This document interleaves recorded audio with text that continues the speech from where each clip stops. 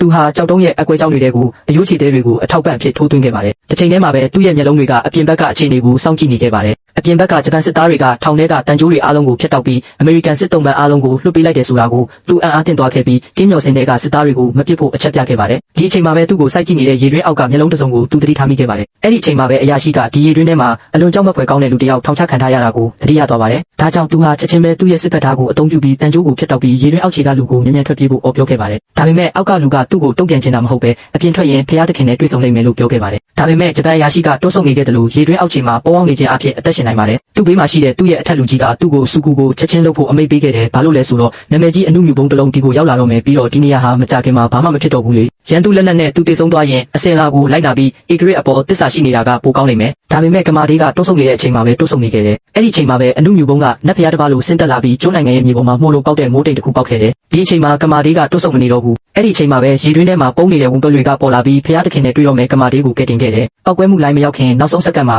ကမာဒေးကရေတွင်းထဲကိုအပြင်းထန်ပြေးဝင်သွားတယ်။ဝန်ပလွေကအပူလိုင်းတန်ခံရပေမဲ့အလုံးစုံအားဖြင့်သူပြင်းထန်စွာထိခိုက်မှုမရှိခဲ့ဘူး။အကြောက်ဆုံးအပိုင်းကတော့ရေတွင်းအောက်ခြေကိုတက်လာမဲ့မီးရန်ကြီးပါ။သူတို့ဘယ်လိုကင်တွယ်ဖြေရှင်းကြမလဲ။သို့တော့မီးကိုများပျောက်ကွယ်သွားပြီးနောက်ကာမီတာသည်ဝန်ပလွေသည်လုံးဝမမီ၍မရတော့ကြောင်းတွေ့ရှိခဲ့သည်။ကာမီတာရှိတွင်ထိတ်လန့်ဖွယ်မြင်ကွင်းတစ်ခုပေါ်လာခဲ့သည်။ဝန်ပလွေ၏ခန္ဓာကိုယ်ပေါ်ရှိဒဏ်ရာများသည်အလွန်မြန်ဆန်သောအမြန်နှုန်းဖြင့်ပျောက်ကင်းသွားခဲ့သည်။စက္ကန့်အနည်းငယ်အတွင်းသူ့ခန္ဓာကိုယ်သည်ပုံမှန်အတိုင်းပြန်ဖြစ်သွားခဲ့သည်။သူတို့ထောင်ချောက်ထဲမှတွားထွက်လာပြီးနောက်ဟီရိုရှီးမားသည်အပျက်စီးများအဖြစ်သို့ပြောင်းလဲသွားခဲ့ပြီဖြစ်သည်။နှစ်ပေါင်းများစွာကြာပြီးနောက်သူတို့ပြန်လည်တွေ့ဆုံသောအခါကာမီတာသည်သပင်ဖြူများဖြင့်အဖိုးကြီးတဦးဖြစ်လာခဲ့သည်။ဝန်ပလွေသည်ရခင်ကကဲ့သို့ငယ်ရွယ်နေသေးတော်လဲဝန်ပလွေသည်စူပါဟီးရိုးများတဲ့တွင်အကြံ့ခိုင်ဆုံးတိုက်ခိုက်ရေးသမားဝေါ်ဝင်ဖြစ်ကြောင်းတွေ့ရှိခဲ့သည်။ပြင်းထန်စွာနာမကျန်းဖြစ်နေသောကာမီတာသည်သူ့ကိုဆက်သွယ်ရန်မရေမတွက်နိုင်သောအခက်အခဲများကိုကြော်ဖြတ်ခဲ့ပြီးဝေါ်ဝင်အားသူ့ကိုမတည်နိုင်သောအခြေအနေကိုရရှိရန်ကူညီပေးရန်တောင်းပန်ခဲ့သည်